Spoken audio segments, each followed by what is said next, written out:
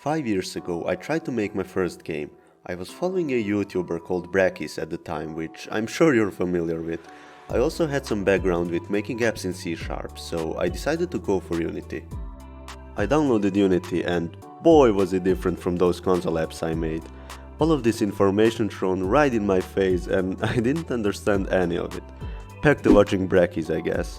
After a couple of tutorials, I managed to make a room with a light that you switch off and on by pressing a button on your keyboard.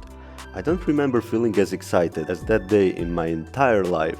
I realized I just made the first step towards my dreams. I started working on this simple lumberjack game where you were supposed to move left and right to try and avoid the branches from above hitting you. Every time you move, the tree gets shorter and the branches move towards you. It was supposed to have a chopping animation which was never added, but that's why it had a day and night cycle. Gotta know your priorities, right? This game was amazing, I was so proud of it at the time, but now he actually looks a lot like Marge Simpson. I made this game as a school project. It was one of the games that I actually finished. So the goal of the game was to blow up different structures across the map using these two different artillery shells that you had available in the shop. You actually had multiple maps to explore, each one unlocked after you complete the previous one. As early as it might be, I've already fell in love with physics and destruction. So that's pretty much it for this game. It also had these cool backgrounds that took a lot of time and effort to make. Yeah. Redash... what? Yeah, that game. This was a really simple game that I used to basically learn to randomly spawn stuff. Yes, the first game didn't actually spawn the branches randomly. The tree was exactly the same every time you played. Redash or whatever is pretty self-explanatory. You move this red cube to try and avoid the incoming cubes, and when you lose, you don't have any buttons to retry or exit the game. Being already a master of procedural generation, I realized that I should make use of my previously acquired skills. So I made Red Cube's big brother, the Blue Cube, and put him in a similar game like his little brother. The only different thing with this game was that you need to jump over the obstacles instead of avoiding them, and that big brother is really mad. That doesn't surprise me, this game is insanely hard. I gave it my best for this video and I only managed to get a score of 2 before calmly closing the game and proceeding with my day.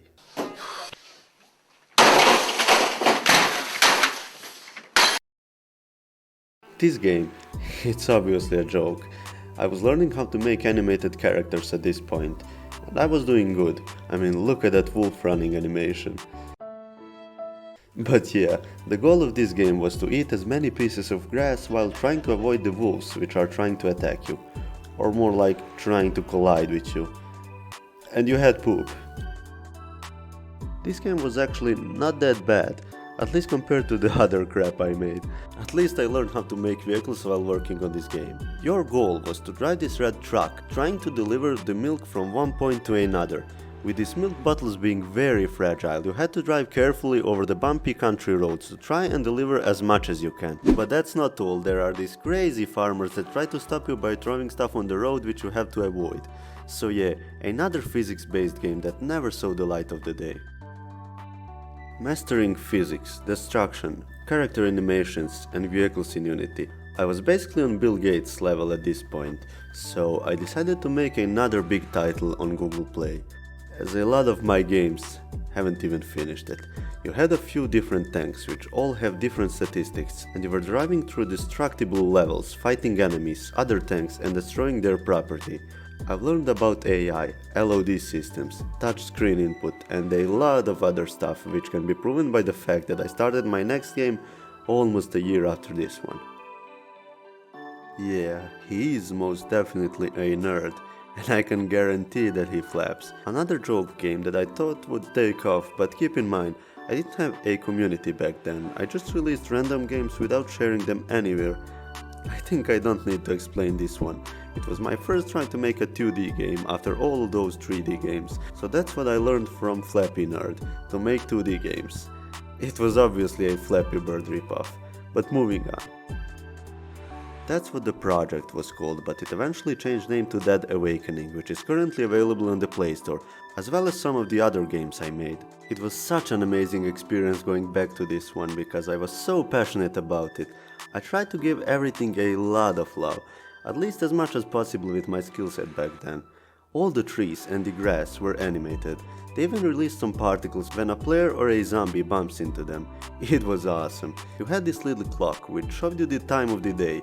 You are free to do whatever you want in the daylight, but as the night falls, poisonous clouds start to surround the world and you need to move back to the center of the map.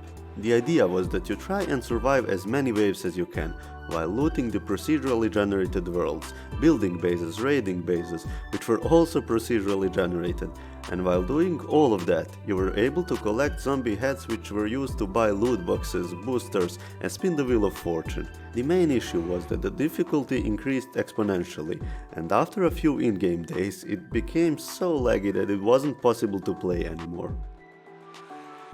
Oh my god, was I ambitious about this one. It was supposed to be a huge open world pirate game with multiple islands to explore. The idea was that everything needed to be operated manually, so you literally pick up cannonballs, put them in the boxes, then pick up the boxes and move them to your ship. Ship was also operated manually, so you need to walk around and adjust the sails as well as steer the ship. You get it, a lot of manual work, but you were supposed to have crew members that could do that for you. I would have been really happy if I managed to pull this off, but luckily I figured out the scale of this game and move on to the next project. No, it's not another Tetris game. I mean, it kinda is, but this one had a twist. This was a Tetris game with physics, so all of the blocks reacted to physics and your goal was to build a tower all the way from the caves to the outer space. Literally. It seems impossible to stack that many blocks without them collapsing. Exactly. That's why I added a sticky block which will stick to anything it touches, and a block which doesn't have a name, but as soon as it touched another block it became solid, sort of making a checkpoint where you place it. It wasn't a really bad idea, but after some time I had no ideas for more content and this wasn't enough to make a good game. I made a new project called Zombie Game 2. And I was supposed to try and make a limb dismemberment system. I had a lot of experience in Unity by now, but I was by no means an expert. I fiddled around until I made it work after a month or so. I decided to go and brag about it on Reddit, which I never used for posting, only for viewing stuff. And holy did I get feedback. Some of my posts did really good. I was actually getting feedback for my game, for the first time ever. We need to make some more posts right now. I was so excited back then. I decided to start making devlogs as this was a thing everybody was doing. Feature by feature, month by month, I was getting more and more feedback and I didn't want to stop working. After 1 year, over 10 months and 91 devlogs, I'm really happy with the state of this game, which we all know as Polycalypse's last bit of hope. I will most definitely not give up from this game. I want to use this video as the opportunity to send a message to all of you game developers that are starting out. Let this video be a tap on the shoulder for all the hard work that you have done. Don't feel bad if you give up from a project. That's not a loss, it's actually a very useful learning experience. If you take a closer look, you'll notice that I've learned something from every single project. And that's what got me where I'm now, making a huge game which I'm actually proud of. Taking the small steps is very important. Good luck with your journey. Bye.